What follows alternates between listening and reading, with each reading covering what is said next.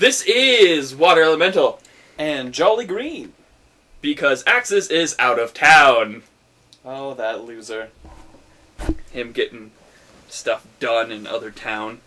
How dare he have fun on his spring break? He has no job, so technically it's not a spring break. Anyways, this is the League of Legends podcast, the show where we rabble on continuously about a video game that is playable. I'm not as good as him as far as rambling. That is quite clear. Well, how about we cut with the pleasantries and get down to business? Alright, so we've got new skins, and of course, Nocturne, the Eternal Nightmare. Oh, also maybe known as Spectre from Dota. But hey, I'm not complaining. He's pretty cool the way they did him in this game. Yeah, he's not total jerk face. Never know. So, first off, he's got the ability Duskbringer. Nocturne throws a Shadow Blade, which deals damage, leaves a dust trail, and causes champions to leave a dusk trail. While on the trail, Nocturne ignores all collision and has increased movement speed. Ooh, this is going to be fun. Yeah, this ability is great for chasing. It's kind of like Reverse Mundo's Cleaver. I'm guessing since it essentially does the same thing, it allows you to catch up to your opponent, that it's going to be a skill shot. That's pretty much what I'm assuming. And hopefully it ignores collision with minions and neutral monsters, because its harassing abilities would be pretty bad otherwise. So what the Dusk Trail does is it allows you to hit them and then run straight through minions, catch up to them, and own their face off. Defensively, it's not all that great, but it's mostly an offensive ability. Yeah, because you can't really use it to hit anything on your side. You never know, though. If you have, if you can target minions, you might be able to use it to your advantage. It says only champions can leave a Dusk Trail. Champions leave Dusk Trail. Well, we'll scrap that then. Next up is Shroud of Darkness. Nocturne empowers his blade, passively gaining attack speed. Activating Shroud of Darkness allows Nocturne to fade into the shadows, causing a magical barrier which blocks a single enemy spell and doubles his passive attack damage if attack speed if successful. Holy crap, this is one of his coolest abilities. Yeah, I like the trend that they're having with giving the new champions an activated ability along with a passive ability. Now, this passive ability is just like Jarvan's passive, where it just grants you a percentage of passive attack speed, and then if you do something to activate it, then it doubles that passive bonus, which is great. I like the built-in Banshee's Veil aspect to it, and the benefit that you get for having it popped. It's like he's not weak to most spellcasters, because most assassin characters like Shaco and stuff are very, very weak towards casters and long-range champions because they can't get up to them. Nocturne is able to pass through, minion creeps, and he's able to essentially eat a whole ability. Ignore that first stun or knock-up or slow. I mean, I think this is a great ability. And then he gets increased attack speed. Yeah. That's what's ridiculous about it. If he times it right, he's like, okay, thanks for the buff. Punch you in the face. Very offensive character so far. Next is Unspeakable Horror. Nocturne plants a nightmare into his target's mind, dealing damage each second and feeding the target if they do not get out of range by the end of the duration. Oh my god, it's a better fear than Fiddlesticks. Oh god. It deals damage over time and puts them in a fear. That's pretty good. Like, it's scary, because there's only 2 fears in the game right now, Jack-in-the-Boxes from Shaco and Fiddlesticks. Yeah, So I'm liking the hard CC he has. Personally, Fear is my favorite crowd control in the game. It's a little unpredictable. Sometimes they can run in the direction they're already running, but sometimes they can run in the complete opposite direction that they want to be. And, yeah, they can't do anything. They can't auto-attack, they can't use any abilities. I just really like Fear a lot, and I'm glad to see it rearing its head again. Rearing its head. Next is his ultimate, Paranoia. Nocturne reduces the sight radius of all enemy champions and removes their ally vision in the process. He can then launch himself at a nearby enemy champion. Reverse Twisted Fate, ladies and gentlemen. What happens when you remove sight from people? Exactly. I think it's very creative what they're doing with this. The removing of the sight is going to be so great for ganking. It's going to really punish the teams that aren't coordinated and don't have the good communication. The leap that he does, I'm pretty sure it's going to be more like a mid-range dash, not rather than a blink or like a global. About like, the same Twisted range Fate. as Jarvan's ult, you'd say? I'd say it's actually a lot like Jarvan or Kassadin's because it has to target a champion in order to leap at them. You can't just hop through a wall like those other two guys can. But it doesn't say that it does any damage upon attacking. It just says that they remove sight and he leaps at them, which lets me to believe that the cooldown is not going to be too huge. The ultimate Spamming ability, darkness, though, is going to be really ridiculous, though, if it's got a lot low cooldown. You're not going to be seeing your team that often. yeah. Rather than doing a whole bunch of damage, this just gives a tactical advantage along with a dash. It doesn't really have escape qualities, it has more chasing qualities, which goes along with the Duskbringer. And this guy's skill sets just completely say jungler. Especially when you look at his passive. Well, one question I do have with this ultimate is, does it remove the sight from wards? Because if it removes sight from wards, you can get behind enemy lines. You don't even have to deal any damage. If you can just use that advantage, hop over some wards so they can't see you, and then you're behind enemy lines and they don't know where you are for a good gank, that right there is a game changer. That's true. If it doesn't say anything about allied minions, towers, or wards. Towers stay. I heard towers stay, but not wards, because wards technically are ally vision. Yeah. But I'm not 100% sure on that. That's a good question, though. But if it does have the ability to remove wards, this guy is going to be a tactical powerhouse. So his passive, Umbra Blades. Every 10 seconds, Nocturne's next attack strikes surrounding enemies for physical damage and heals himself for each target hit. Nocturne's physical attacks reduces the cooldown by 1 second. This guy, he already has a pretty darn good skill set for jungling, and this passive just puts it over the edge. What makes Warwick a great jungler is the ability for him to heal and just obliterate all the jungle without having to go back and heal and re-mana. This guy's passive does it. It doesn't even need an ability.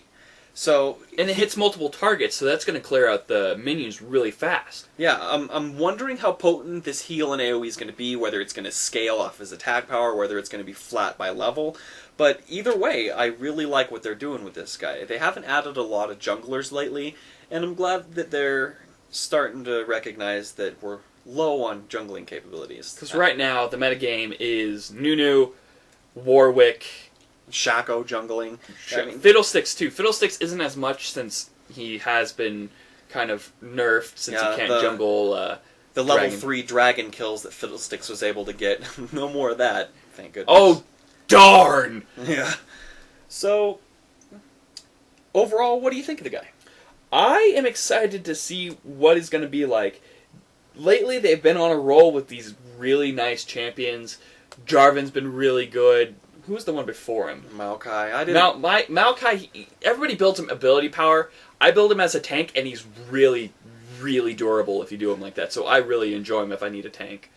I don't know. Maokai, I haven't played him yet. Nothing about him screamed anything I wanted to do. But I bought Jarvan right away. Loved Jarvan, and my gut tells me that this guy's going to be a lot of fun to play too. He's probably not going to be a super tanky guy, but he's a ghost that has a lot of assassin abilities. He doesn't have anything that's like, attack me! I can take massive amounts of damage! Well, I already know exactly what I want to do with this guy. I want to build a Madred's Blood Razor right off the way. And stack attack speed, attack speed, attack speed. Because I want to abuse the crap out of his passive as much as I can. And depending if he scales off ability power or attack damage, you want to build between those. Oh, it doesn't matter. If you have a Madred's and his passive's triggering every 3 seconds, and Madred's is ripping people apart, he's just going to slice and dice people. It's true. Plus, with his Shroud of Darkness passive, when it doubles, he's just going to be going nuts. I don't know how these are going to scale at all, which will probably dictate how people will build them, but we'll see on Tuesday. We'll see on Tuesday. Yes, we sure will. Hopefully they'll make him 4,800 again. I like that, what they did with Jarvan. He's going to probably be 63. Because it goes 40, 42, then 63. Yeah. And unless we count Trundle, but he's an exception. They did it just to mess with us. I don't know. Unless they want to make him lower price. I think they're trying to move everybody down to a lower price IP, but we'll see. I'm excited to see what kind of skins this guy's going to have, too. Yeah, lately, the lower cost ones look a lot better. Or the... Yeah, the one that comes with the single bundle rather than the double. The past 3, I've liked the single bundle skin a whole lot better. Karma's single was pretty bad, but... I'm not a big fan of Karma anyway, so it doesn't matter. She's fun for what she is. She's really fun. I like her. I like playing support, though. Yeah. You don't really see much support in 3v3s. That's why you don't like them. But, yeah, tell us what you guys think. If you're excited, if you're not excited, if you're like, oh my god, this guy's going to be really cheap. If you are afraid of the dark and don't want to play next to him at all, let us know. We'll get you a nightlight. And so, pretty much, that's it for him. News! There's a couple of new skins. We got the Samurai Yi. It looks alright in-game. I saw it once. It does look cool, but it did have a lot of bugs with it. The tooltips were messed up, and a lot of the visuals were just not quite in sync for the first week that it was out. You noticed that too? I did. A lot of QQ on the forums about it too. Yeah. But the biggest skin that I saw was the new legendary skin they have for Blitzcrank. Oh my goodness, this thing is hilarious! I died twice to it. This is true. The first time we saw it, we were very confused about what we were looking at. We didn't... It wasn't his normal model. What they did was they revamped the whole model completely. Instead of like a skin with different voices, he has new sound effects. He doesn't have any legs. He drives around. He honks. He goes vroom vroom.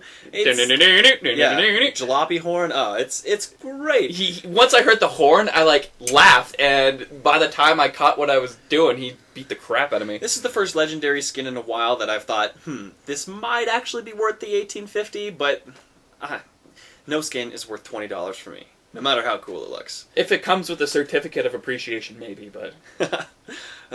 you bought a skin! Here's a certificate!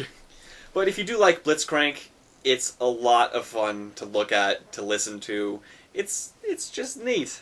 The way they did it, though, that bad Photoshop artwork, though, they need to build them up again. Make them legendary again, right? That's one thing we want. Make legendary skins legendary, not, like, more expensive skins put off to the side. Build them up. That's true. What they did with this guy is they had that magazine cover thing that was on the front page for a long time. They're like, oh, look, Blitzcrank's on the magazine. And then you look at it, and it's weird. Not Blitzcrank. It's this kind of thing that resembles Blitzcrank, but it's black, and Chinese it looks like a car. Eve laying on the side of it. Yeah, and then now, lo and behold, you find out, oh, that's the new skin. With the Kog'Maw skin, they just brought out, like, it looked like fan art for Chinese New Year, and then they're like, oh, by the way, it's a legendary. Oh, okay. Yeah. Thanks. Not like Kog'Maw needs any more skins. Yeah, so that's it on skins this week. So we have also skin sales for Crimson Akali, Grundy Nunu, and Wicked LeBlanc. I think you mean Grungy, not Grundy. Come on now. Grundy. Where is Grundy from? I don't know, but Grungy Nunu's from Seattle. Yeah! The grunge. Also, for those of you who have already seen them, Riot is at PAX. Pick up your Riot skins, your Riot Sin skins there. And if you don't or can't afford to go to PAX for a silly skin, you can actually get it on sale now. So you don't have to be there. Yeah, I don't know. I kind of thought it might have been cool if they just limited it to people that actually go to PAX rather than... They have the PAX Jacks. That one's solely. But if you find any, you can get the free skin if you're at PAX and you see them there, but in their goodie bags. They get the PAX Jacks. Which the PAX Jacks looks really good. I haven't seen either of these skins, so... I do like the exclusivity that these special skins you can only get at certain events have. I want them to bring back PAX Twisted Fate. That was only out for like a certain amount of time, and I'd love to see some more on eBay, because I would be willing to pay some money for it. Because it looks really good. Yeah, TF. I agree. TF has a lot of good skins, though. They really need to work on his Legendary. They really need to revamp that. Stop revamping the artwork for Champions and revamp the Legendaries. The artwork on Champions still gets me. That Twitch is still weird. Creepy little bugger. I wouldn't want to see him in the alley. Yeah. Well, skins aside, another thing that we've been waiting for a long time, the co-op versus AI, finally came out. It's not full, though. It only goes to intermediate. And they only released it for the 5v5 map.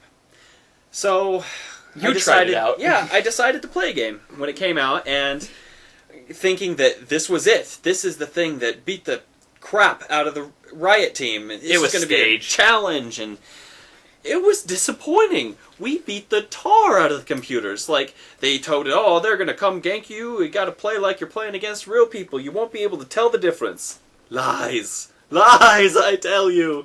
They still tower dive.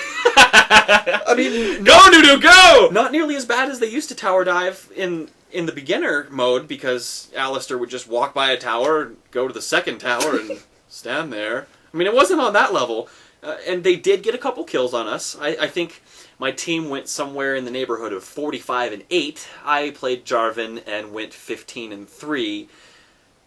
Yeah, it was about as much of a steamroll as you get. It was a 21-minute game, and we wrecked their house. I'm thinking because it's still set to the same difficulty as like how it should have been. They have never introduced the intermediate style yet. You can't even get that in the custom games, which, I mean, it definitely was harder, but it wasn't nearly as hard as they touted it to be. Like, I expect that the Riot team has a fair amount of experience, and if they were able to be beaten by, I don't know if they played against the expert mode and they just haven't released it yet, or all the godlike. Yeah, or what? Or they just released a shoddy version because of all the QQ happening on the forums, or what? But I was really disappointed. I think they actually took out a lot of features from it because it was all supposed to give you an IP bonus if you worked with friends. Yeah, which I did. I had a whole 5 group of people, all on my friends list, and we still got the negative 25% XP bonus for the map, which... It's better than the 40. They did increase the difficulty, but they didn't increase any IP gains, and it wasn't really much more fun. Honestly, if I'm going to play a co-op versus AI game, I either want it to be really hard or ridiculously hilarious, watching Alistair come and attack my Nexus with all my towers up. Then sit there and start telling you jokes and telling you how great his day is. Exactly. Oh, hi, Alistair Bot. What are you doing in our neighborhood? I would like to tell you that we're having a bake sale in our base. Come on down. I don't know. I wasn't really complaining that the co-op versus AI wasn't up. Yeah, they did release it a little early and announce, oh, it's going to be up in the next patch. Well, the huge patch that didn't have much in it. Yeah, 2.5 patches later, we're like, hey guys, where is it? So they're just like, here's something we just kind of slapped out there. Oh, come on, guys. Do it right or don't do it at all. Give us what we need, what we want, what we desire. Like magma caverns? Huh? I don't know what you're talking about. The new map? That's a map? What? This game has more than 2 maps? I'm so confused. It's okay, buddy. Calm down. Calm down. It will be alright. Well, I'm going to go have to put him in the corner and explain to him that there's going to be a new map sooner or later. I don't think I can handle a new map. I mean, 3 and 5 people? How about 8 people? Oh, man. Lag. The servers can't handle 5. They can't. 8? Oh. Don't do this to me. Well, I'm gonna go feed him cookies, because that calms him down. This has been Water Elemental. Jolly Green! And I'm telling you not to have a panic attack.